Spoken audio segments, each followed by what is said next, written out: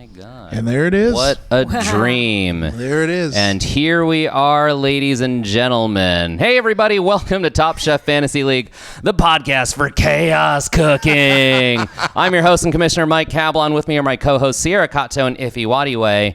You guys, thank you so much for holding it down last week while I was gone. Yeah. We're internationally traveling. I was. Yeah. I was in Japan, and I brought with me little Japanese snacks. Wow. So if you'd like to try the viral cognac jelly, this is a grape-flavored jelly. You just tear off the top and suck it out. Oh, my God. Wow. And these are Ojicha tea Kit Kats. Yeah. Oh, my And goodness. that's what I'm going to have because I actually haven't tried these yet. Ooh. And, we can cut out the eating on there. I don't care. I want to try it now. I'm hungry. Yeah, I might try this jelly. Yeah. Is that viral? Yeah, I'm not big on TikTok, but I've been told that they are viral. All right. Yeah. Ooh. That's a deep tea flavor on that Kit Kat. Oh, amazing. This is delicious. The jelly. Yeah. Big fan. Yeah. What are your thoughts on the viral jelly? Oh, it should be viral. Very good. Yeah. Earned its virality. Yeah, okay. They said it's the girth master of candy. I can't tell how serious you're being. Oh, yeah, because you're in Japan, so you might have missed the whole girth master discourse. Oh, when you were away. Yeah, things yeah. changed? What? Yeah.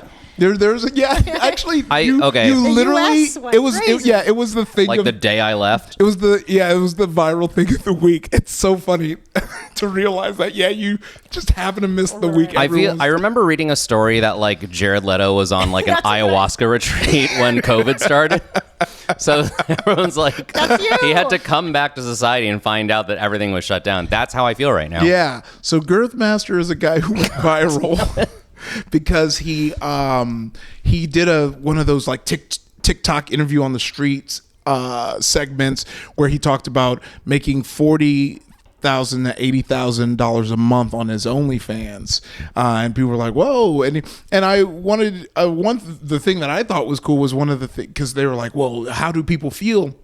And he was very much like, oh, because I'm not a woman, like people are like, oh, high fives. He's like, but like my, female friends are always dealing with like all the shit that comes with being a sex worker.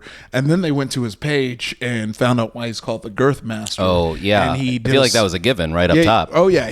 There was a side-by-side with his penis in a wine bottle. And it was... Oh. Yeah. Whoa. Girth Master. Yeah. Standard American Yeah, we're wine mutuals bottle. now, too. So shout out to Girth Master. Wow. Thanks for listening, Girth Master. So much happened. So much happened.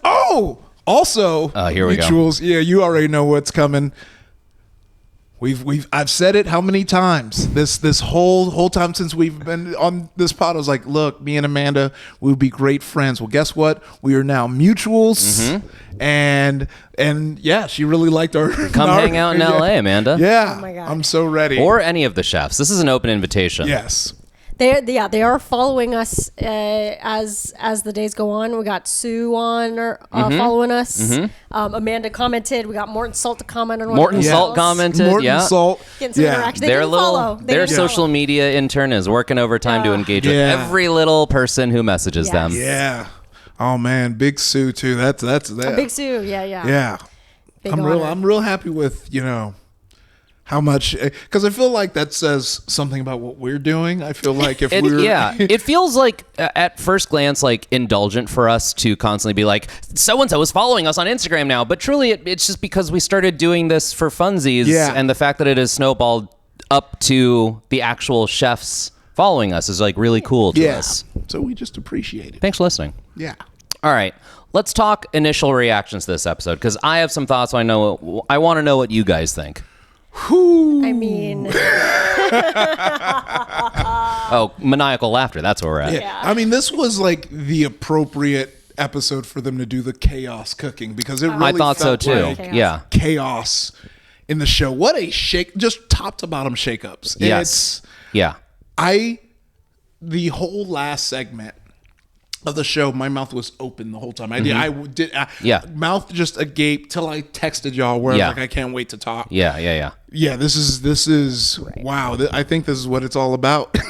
we were already having, me and Dylan were already having a tough day. I think it was just like, a kind of a gloomy Okay, Wednesday. let's get into that. Is And everything then- okay? Let's turn this into a relationship pod. No, I think we were okay. I would say he was feeling down, not to out his downness on Wednesday. Sure, but, okay, yeah. When I didn't get enough sleep, whatever. You woke Yeah, up okay, a bad day. So it was already like, and then it's like, well, good thing we have Top Chef tonight. Oh, no. To bring us back from the depths. And then we were like, no.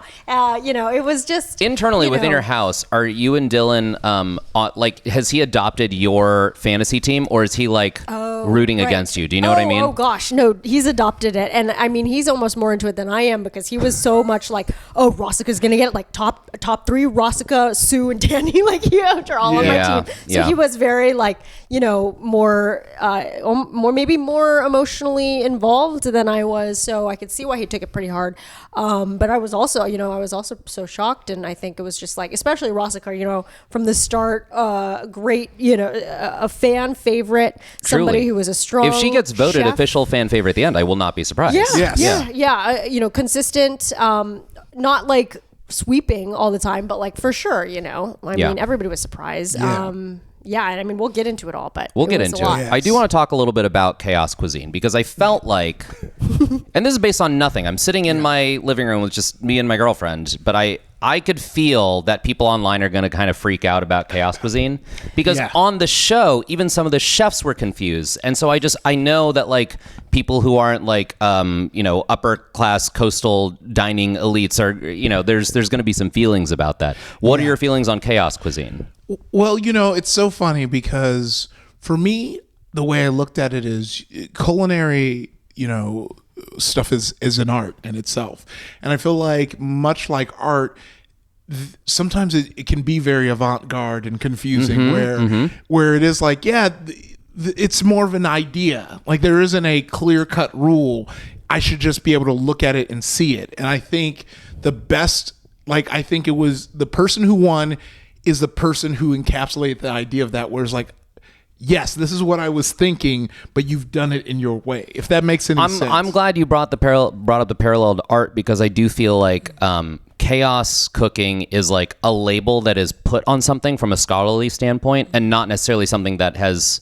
It's not something you aim for. Do you know what I mean? In the same way that we look at paintings, we're like, that was Cubism, that was Impressionism, that was Postmodernism. That those painters weren't trying to do that thing. They were just like, this guy's doing this thing. I want to try my version of that. Yeah. And then later on, scholars are like, we're going to call that Impressionism or whatever it is. Yes. Oh, interesting. Yeah, that later, if you're really truly in the movement, you probably aren't self-aware. You're not. Exactly. Interesting. Yeah, I thought I don't have much familiarity with that term. I just was sort of like, I think generally for the episode was, maybe our least Wisconsin-y episode. So it was a little bit I didn't really know, are they going to loop this back into Wisconsin or something? And then, also Maddie Matheson, big star, he comes in, bringing this theme. And so I think there's a lot of personality to it where it's like, oh, this big star is here. Like we want to impress him. They definitely Savannah highlighted that a lot.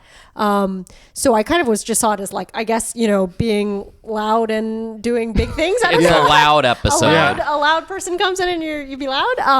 But I thought that it could be interpreted in so many ways, and I was kind of surprised at the way that some people did it and how that either it was considered chaos or it wasn't. I feel like it kind of was a thing where if the judges liked the dish, they could kind of bend the purpose to it.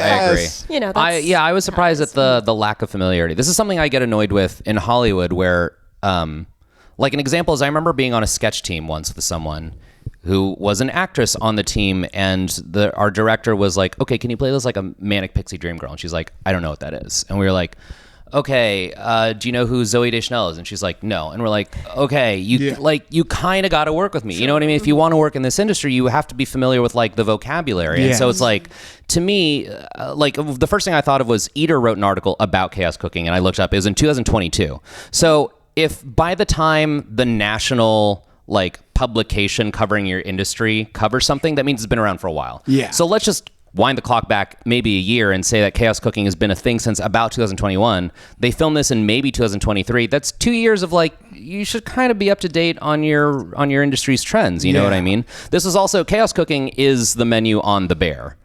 Okay. It's a blink and you'll miss it line, but there are a few lines in The Bear where Carmi and Sydney are like, hey, what do you think for the menu? I'm thinking chaos. Hey, are you still thinking about chaos? Oh, I don't know how I feel about that. You know what I mean? So it's like they are. It's like it's in the zeitgeist. So when some of the chefs are like, I'm not familiar with this. I'm like, I don't know, man. That kind of, I'm inclined to like not root for you now because it's like I want you to be familiar with what's going on in the restaurant world. You know, it kind of reminds me of there was a challenge a while ago where I think it was maybe Wiley Dufresne or maybe Grant Achatz or someone, you know, sort of molecular gastronomy who was like, we want you to make a dish that looks like one thing and tastes like another. Oh, yeah. I think that and was a lot of the chefs kind of didn't get it. Right. And it felt like at the time that was like that, like the equivalent of that. Sure. At that time, it's like, you should kind of know what molecular gastronomy is. Yeah. And a lot of the chefs kind of missed the mark. And I'm like, I don't know how quickly news travels through the culinary world. You know what I mean? True. Well, it's so funny, right? Because I think there's two ways to look at it, right? One thing I think of is the way, you know, comedians will see something new and almost reject it. I think a lot about Vine. I remember when Vine first came out and the comics were like, I'm never going to do that. Yeah. And then all these comics started blowing up on there and everyone's trying to jump on the ship after. Yeah. And I feel like, I wonder if that's the same thing in the food world where it's like, this is the hip new food thing. And they're like, I know what I'm doing. I don't need to do it. Right. And then all these restaurants start blowing up. They're like, okay, maybe we need to see what this chaos is. Right. Yeah. Yeah. That makes sense. Right. That You makes have sense. to be a little bit swayed by the trends. Yeah.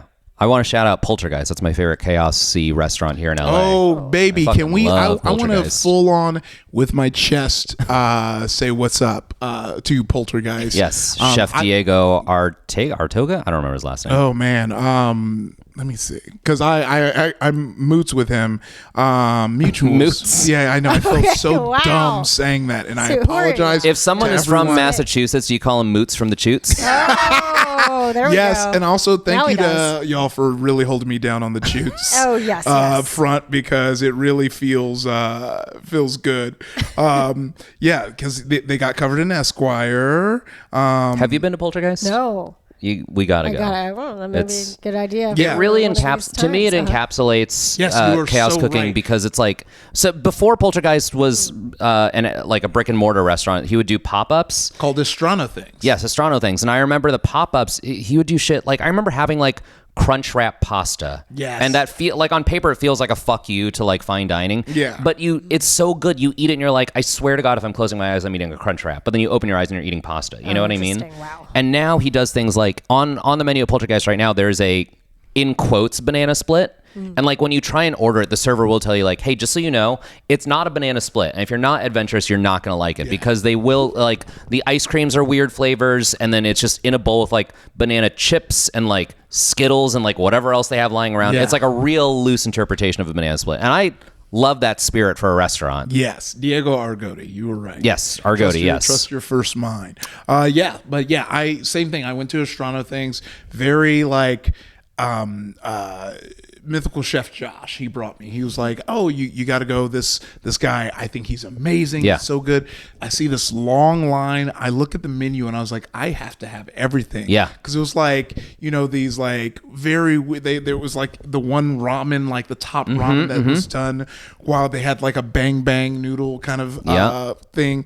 But yeah, it's so funny you should say that. That is exactly what that is. Yes. You nailed it. And yeah, Poltergeist, if you're in the LA area, it's at Button Mash. So you get to play some video games too. Yeah. That's where it is now. One of my favorite salads in the city, Poltergeist, Thai green goddess, amazing. Yeah.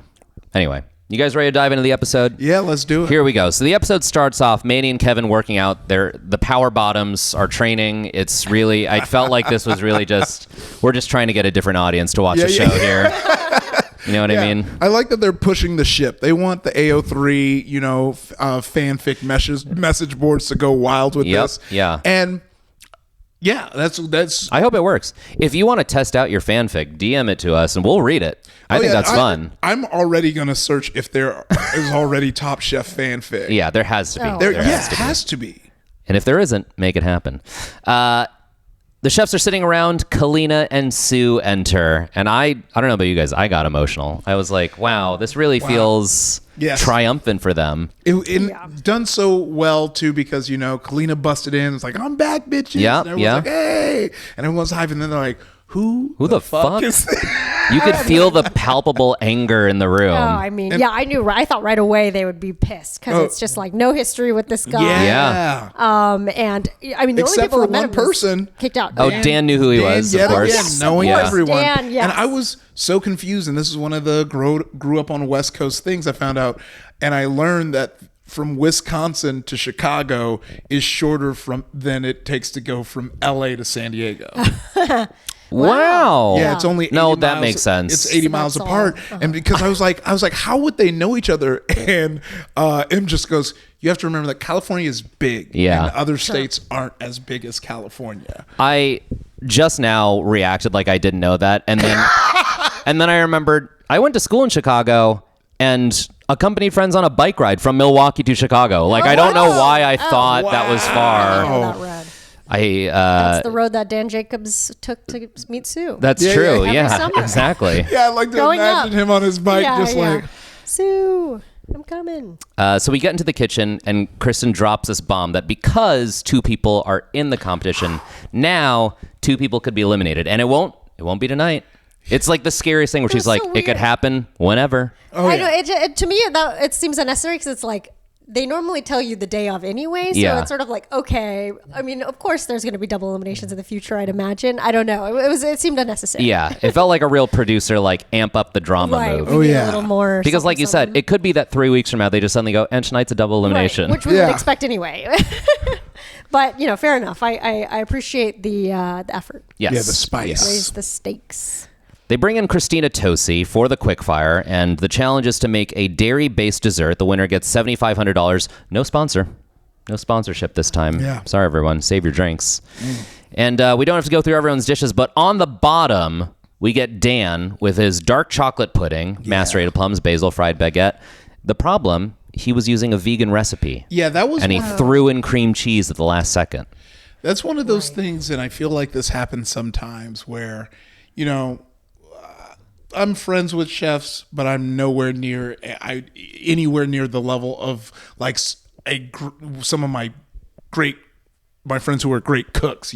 I preface all this to say sometimes you're watching a show and you're like, no, I know that's not gonna work. Like I know I'm not good at this, but I know that's not good. I know that's not gonna work. Yeah.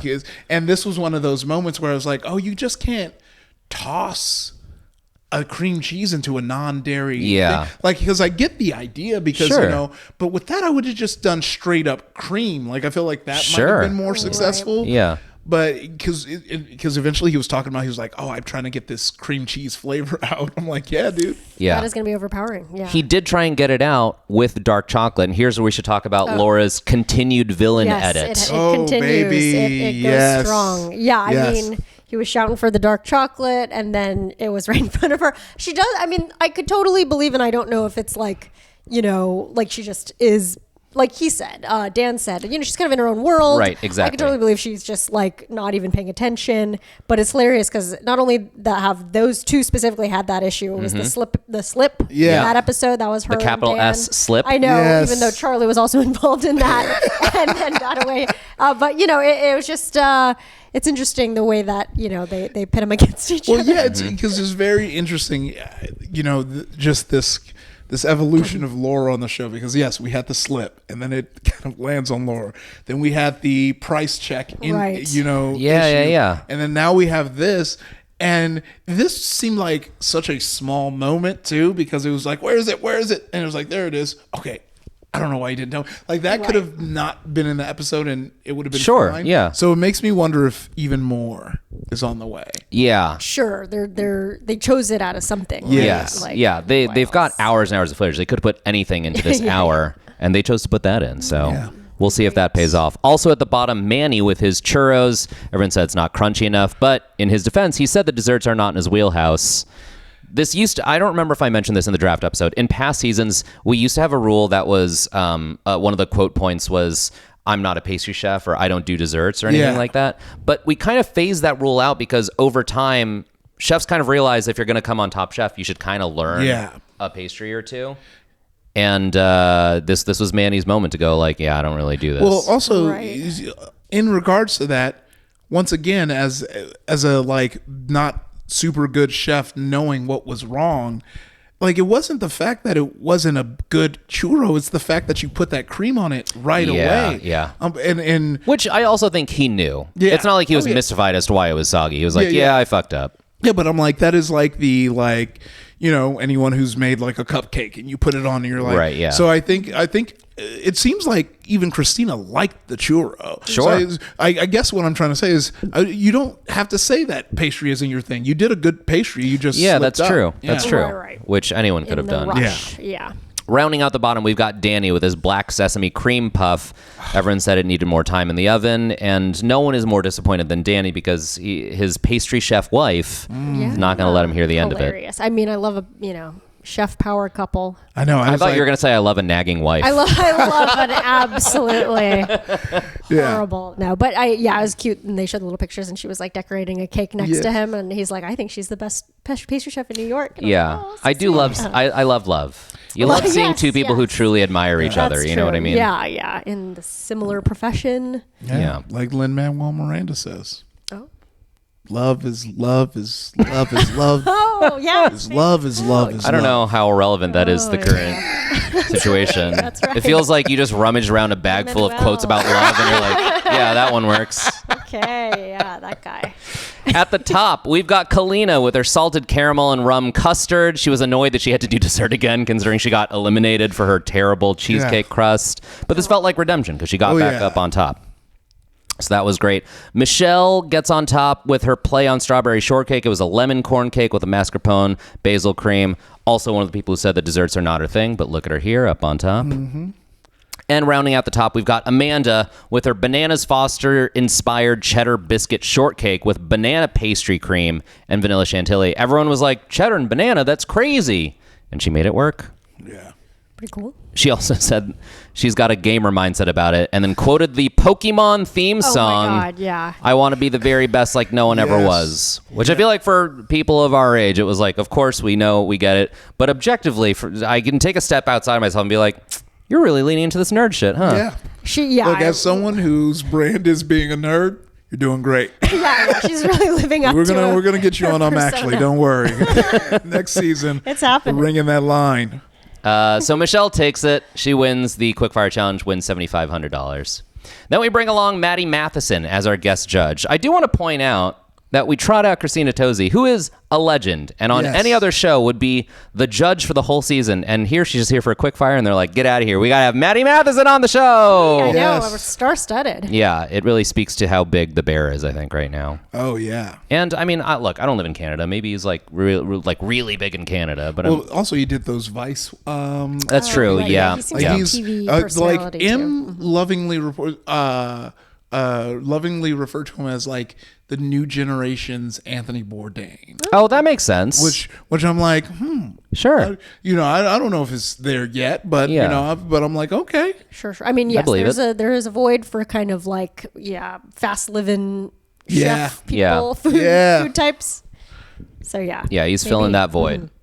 Fast living. I don't know how he lives, but I assume it's fast. I think that's the only thing that I hope people say he does fast. He doesn't look like a fast man. Yeah. I mean, we'll find out, I guess. Amanda's starstruck. She says this is the best day of her life. Hell yeah. Oh. And Maddie Matheson introduces our elimination challenge, which is to do chaos cuisine, which Amanda literally needed to explain to the rest of the group. We don't need to beat this to death. We talked about it earlier. Also, just addressing, I realized last week we thought Amanda might be out for the count because she was sick and she's back. Oh, that's right. Yeah. Thank you for reminding us. Yeah, it was so interesting because, we definitely thought we did. But then, like, it hit me. I don't know if I said this on the episode or not, that in that group, she was like the only one who kind of knocked it out the park. So I feel like it felt like they were like, oh, great, we don't have to come up with something to complain about. Right. You get well, we're going to kill Iffy's fantasy team. It's just now occurring to me that I do think Amanda's also got a shot at a fan favorite at the end of the season. All the nerd stuff is very endearing to her. Yes. She has some good moments in the like confessional or whatever. I think. Yeah. She says that this challenge is in her wheelhouse because her food has been labeled chaos. She explains to the audience it's really just modern fusion, but she feels very comfortable with chaos cooking. Rosca also says she's pretty confident. I mean, she did a mustard dessert earlier in the season, so she's like, I got this. Other note I wanted to make about Rosca. She's only 25. Oh my God, yeah. She said in a little stand-up at age of 25. And I was like, holy shit. It is always shocking. Even the last season, which was International Top Chefs, like I was shocked at how young everybody was, for being so accomplished and everything. And I do think most do start really young. If you're really into it, you can start cooking when you're a child. Right, so, that's true. But yeah, it's shocking. 25, a young one. That's anytime someone's that young on this show, I'm like, you're good. If you got eliminated first, everyone would be so proud of you. Oh yeah, right. And I know. Plenty and of time. Seeing, we'll get into that. Yeah.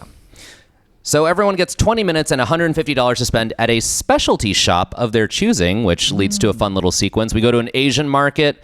Dan nerds out again about being around a bunch of Asian food. But the big headline here is that Sue runs around. He's like, I have no plan. Yeah. He can't make up his mind about what he's going to make. So he just grabs a bunch of random ingredients. Well, this was interesting, right? Because Sue was such a sniper in Last Chance Kitchen. And he kind of mentions that having more time to think, he has more time to kind of second guess himself. Yeah. And that was very interesting. I was like, oh, I've never considered the fact that you only coming in at that level, like your brain is like ready for the quick stuff. You haven't had to kind of let it rattle around there. Mm-hmm. Yeah. I figured it would translate because it translated well to Quickfire when he did his peanut butter jelly thing. And it was like, oh yeah, this makes sense. He was on top, but then in same kitchen basically. But then, I feel like they say it's the game up here. Yes. In the mind. And I do think this is the one disadvantage that Sue has is because everyone can kind of get out these jitters on episode 1. Yeah. And he's like, no, I have to perform at like episode 6 level right now. You know what I mean? Yeah.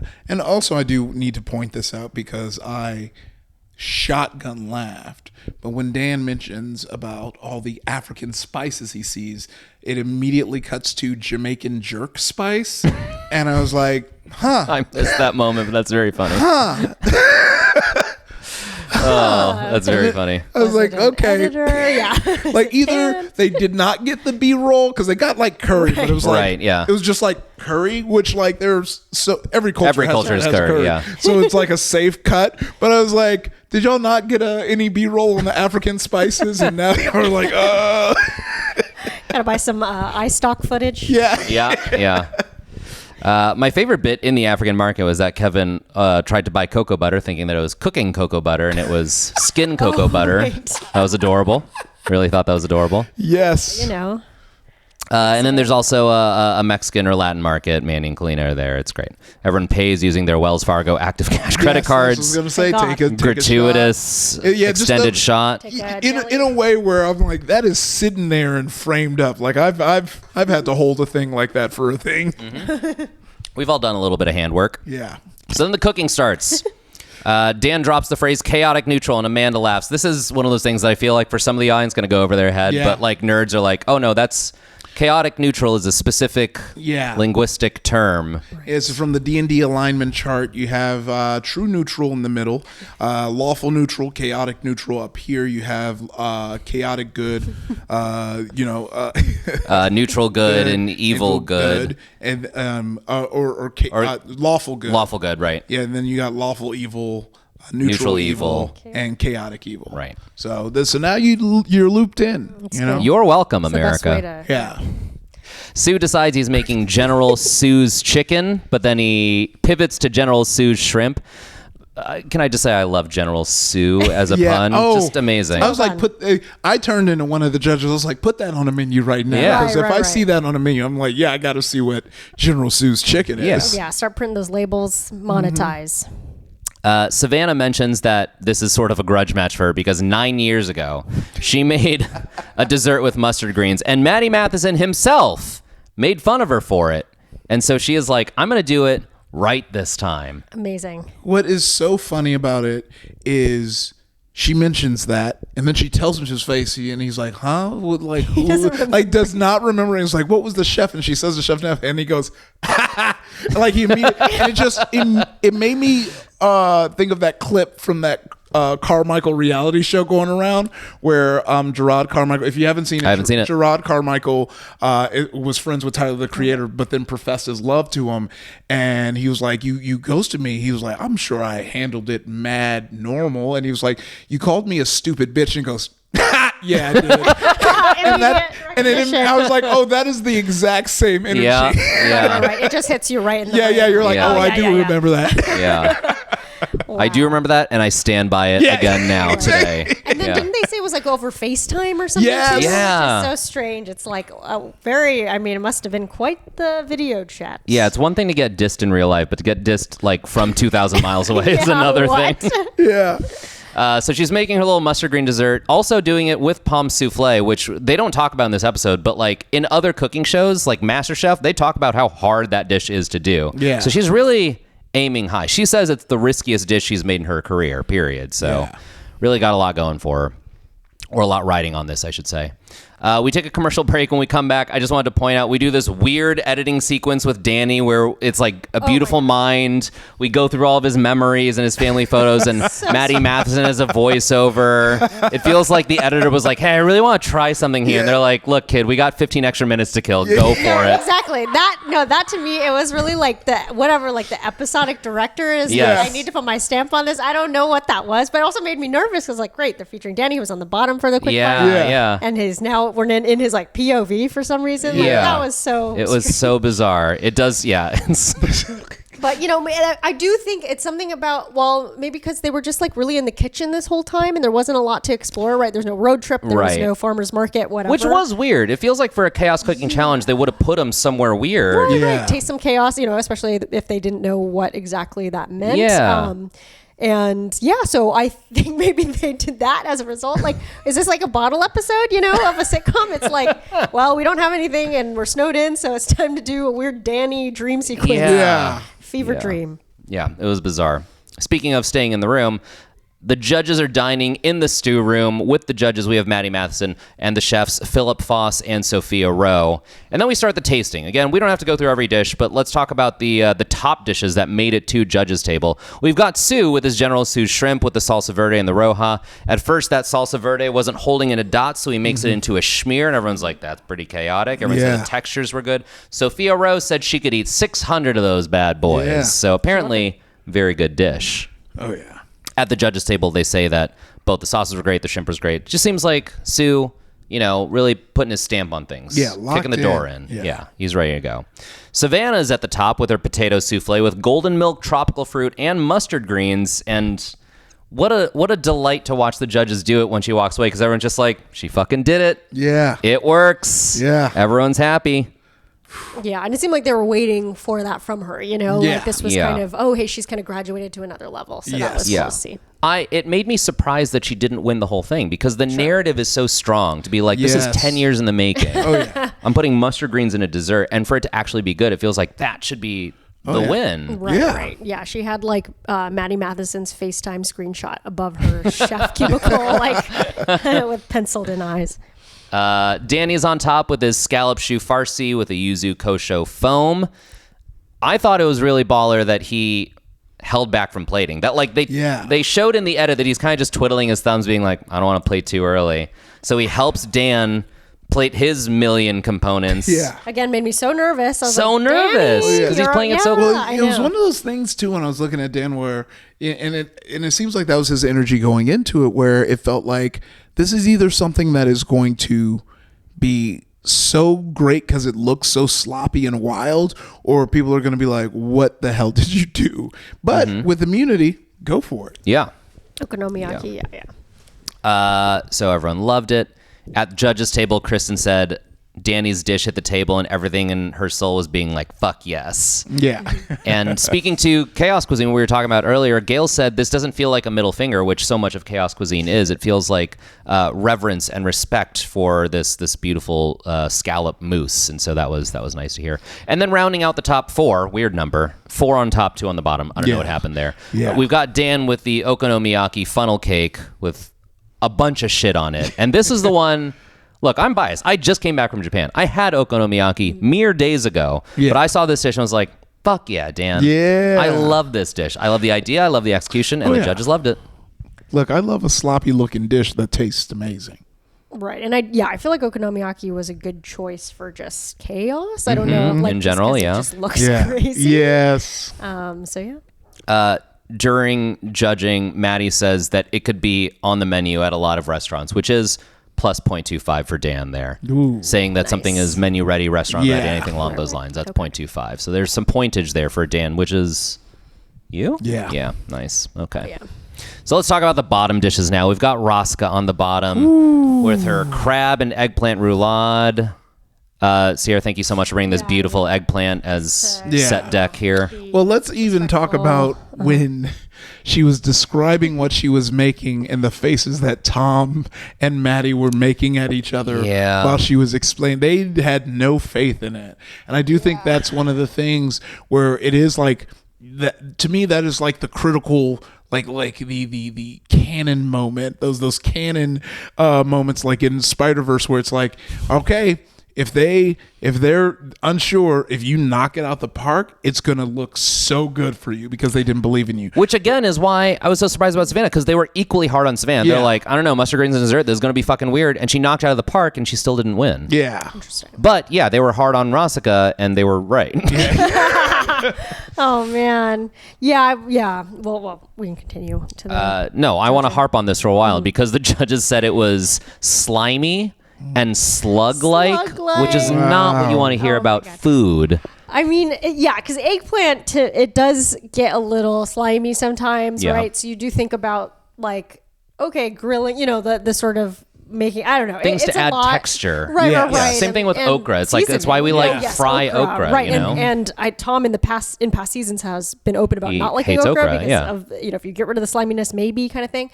But anyway, that, and then, I guess it was under seasoned and that was strange too. Bland as bland could be, as Tom says. Yeah. So, I think also part of my worry with her, like, in the past, of course, I've been like, she could win it all, very, very I still think confident. she could. I think she could definitely fight her way back. That's true. She was on top for sure. There were certain moments now that, when you look back on your life and you're like, oh, there were signs, Yeah. There were signs, and like, she would take risks, and she was one of the biggest risk takers, and that made her really strong. But there were times when she did take a risk and she would not really be rewarded for it. It would be like, she's like, I really like this dish. And then like, she wouldn't be on the bottom, but she also wouldn't be on top. She'd be firmly in the middle. Yeah. And so it's like, okay. And kind of what I mean is like, sometimes at that point, I wish the person would be more like, oh, I should have done this. I should have done that to make it better. So especially in this dish too, she wasn't really expressing like, oh, I'm so worried. The judges remark on how it's odd that she doesn't recognize how bad the dish is, because they're like, even after. I think that they're identifying that she's like, well, I put a lot of work into this, and they say it's a lot of technique to get to no flavor, which is almost impressive. Maybe, chaos, but it is sort of, I would have been more comforted if she had forgotten to plate something, yes, or it would have been a mistake. She knows exactly if she had gone back in time, she'd do it differently. But this was sort of like, oh, interesting. I guess I just didn't like it, and and again, I'm not there. Maybe she is right, but it was a little less comforting than. And then it made me look back and see those times when she did that similar thing. Conversely, the other person on the bottom was Michelle, who admitted that she was lost in this challenge. She raised her hand and said, I didn't get it. Yeah. And as they're doing the deliberation, as she's in the stew room, she's like, I'm not going to beat myself up about it. I didn't get the challenge. It's okay. Right. And she's like kind of made peace with it, which I think is admirable. And I'm glad you brought that up because, this seemed like the hardest elimination they've had, the judges so far, because these are both two chefs who did poorly but have been great. So strong. Great. Yeah. If you look at the whole season, it's top contenders. And I was so sure it was going to be Michelle. I was too. Specifically because Rosica, has been winning so much. But there's two things that I've thought of since we've got to this point that made me realize that's why it was Michelle. And I think one is something you just pointed out. I think the fact that Michelle owned it, I think that that's a hidden thing that isn't talked about much, is your decorum during the judging process kind of sways them. And Michelle kind of knowing she messed up and Rosca being less confused, I think has that. Two, something we were mad about with Charlie was you were saying that they consider the quick fire, and Michelle won the quick fire challenge. So one, that makes sense. Two, then what the hell happened with Charlie? What the hell happened with Charlie? Strange. I mean, I definitely think too, when I was going through in my head, as we all do towards the end, we're like, oh, mine didn't do so well. So I was like, Rosca didn't do so well. Who else didn't do so well? And it was like, honestly, everybody did pretty fine. The only person was maybe Michelle. But again, she won the quickfire, and she's been a strong contender. So I was like, maybe Rosca, I really thought it was going to be Michelle, just because, like rubric wise, it seems like there's a heavy emphasis placed on just like technical stuff. And the cardinal sin that Michelle made was that her pork was raw. Oh, yeah. Kristen had to stop eating it in the middle of judging. They opened it and it was like tartare in there. And I feel like undercooking pork is just sort of one of those things where I'm not rooting for Michelle to go home. Yeah. I love Michelle, but I was like, oh no. If you undercook pork, you're simply done. And so I was really, really shocked that it was considered a bigger sin that Rosca stood by her bland dish. Right. Must have been pretty bland. It had to have been so bland. That's what Im said. Like, it had to have tasted so bad for us. Like, it had to be. And now that you point out already that Tom has a weird thing with mouthfeel and sliminess, Tom probably was like, I hate I can't live with this. Hey, because if you didn't like okra, I know how slimy eggplant can get. And if it was that slimy, I know Tom was like, I mean, even on paper, if you told me that if I read on a menu, it's like, it's eggplant and crab and like creme fraiche and it's been steamed, I'm like, I already don't want that goop. Do you know what I mean? Put a toast in there or something. Put some croutons. The only goop I want is Gwyneth Paltrow's candle. That's right. That's right. Outside of that. $1 billion company. Please. Do we want to talk about anyone else's dishes? I want to say that Kalina's trash burrito pasta looked really good to me, and that's because I love burritos and pasta. Yeah, I know. I love. I was like that. I would love to taste that. Yeah. I know. Yeah, everyone kind of. This was, I think, that pep talk helped because this really felt like everyone was doing their thing. Yes. Yeah. Right. All right. So let's move on to the end. There's 4 on top, 2 on the bottom. Mm-hmm. They remind us once again that one or both Rosca and Michelle could go home.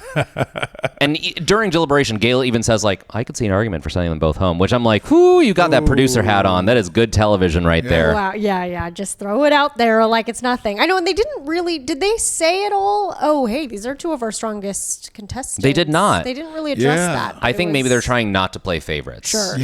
Because once you start to say, like, you're a strong contestant, then it seems like if you win, then they're leaning in. You know? Yeah, no, that's fair. They got to leave that out. So they reward Danny. Danny wins the elimination.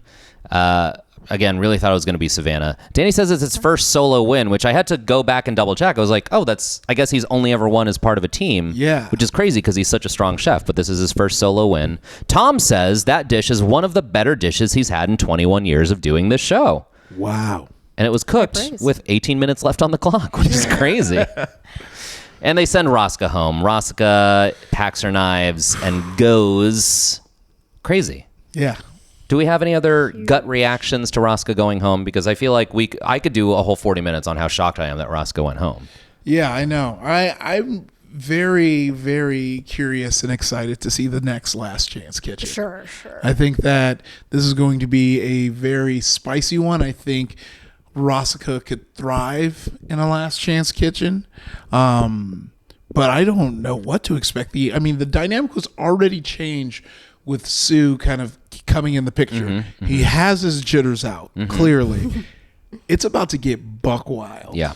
Right. Yeah. I mean, it's a bummer. I kind of was hoping Rosca and Sue could be in it and see them kind of go ahead. Loved, yeah. But yeah, another thing. I mean, I think just from a zooming out level, I'm like, there's a real lesson in just like, you're up one day, you're down the next. That's you true. know what I mean? And we're all in entertainment. We know that. Yeah, too well. We know that too very well. But I think it was like a good lesson. Especially for my team where I was living high and being like, she might be the top, and then hey, she get kicked out because of just a bad dish. And I think that was another thing too, was just that I wasn't upset in the way. I didn't feel like it was unfair, right? It was very much like, hey, it seems like she didn't cook well today, and I'm glad that they stuck to their guns and made that judgment because that's what it was, and she took it well too, and she'll be back in Last Chance Kitchen. But I think overall, like some good life lessons there. Yeah. Good life lessons. I'm sure you didn't take it hard because your chef still won. How many smallest violin? How many chefs are on your team right now? I do have 3.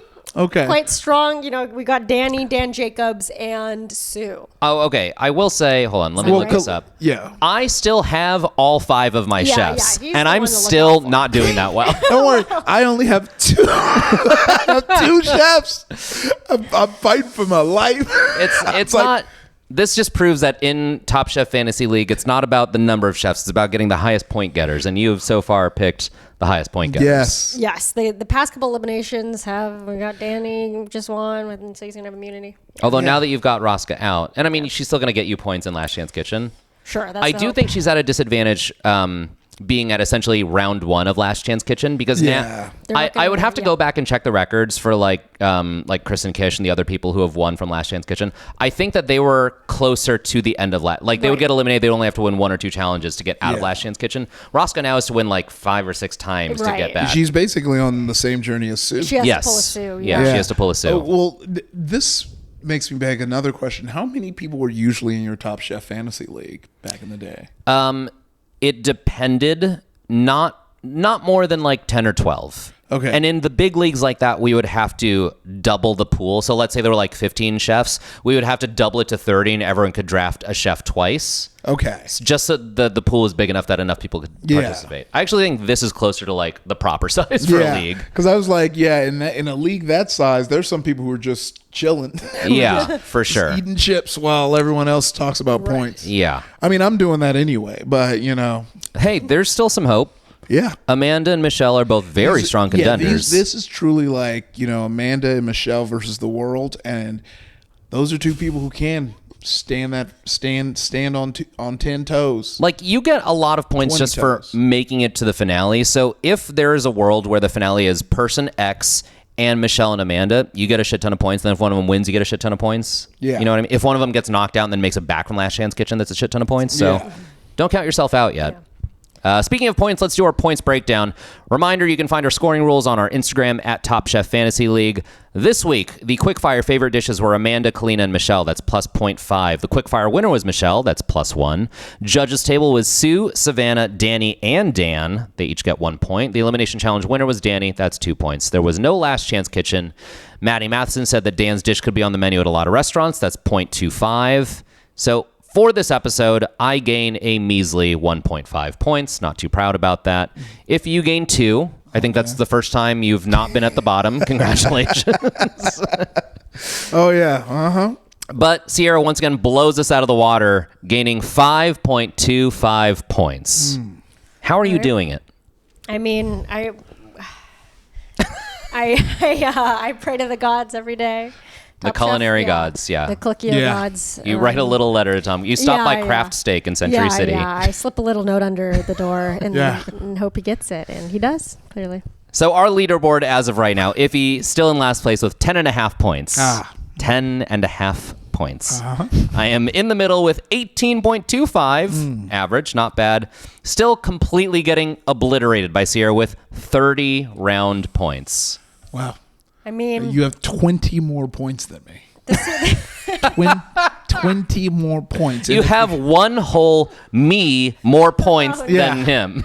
Yes. I mean, I got credit to a lot of it has been Sue winning. That's these true. Last That's true. So we really thank David Murphy for taking one for the team. That's true. Dropping out. Iffy, do you have any regrets about not trying to steal Sue back when you had a chance? I mean, seeing him come out, I do, but I feel like the only ones that you would have traded for are the only ones who are still here. Which are That's how I feel. Michelle. I regret not trying to steal Sue, but I still have my whole team. Yeah. It wouldn't have been wise to me to try and trade someone else. Do you know what I mean? Yeah. It's just that no one on my team is particularly good at getting points. We'll see what happens next week. If you have any thoughts or suggestions, drop us a line on Instagram at Top Chef Fantasy League. If you're doing your own Top Chef Fantasy League, tag us. We like seeing your team names and stuff. Let us know how your team is doing. For full unedited episodes, you can check us out on YouTube. We have a new camera this week. It'll look a lot better. Thanks again to my co-hosts Sierra Kato and Iffy Wadiway. We'll be back next Monday with a new episode. Thank you so much for listening. Bye. Top Chef Fantasy League is hosted and produced by Mike Cablon, Sierra Kato, and Iffy Wadiway. Our theme song is composed by Dylan Van Auken. Special thanks to Jarvis Johnson. Follow us on Instagram and YouTube at Top Chef Fantasy League. Nice. Ooh. Okay, and stop recording here. Yep.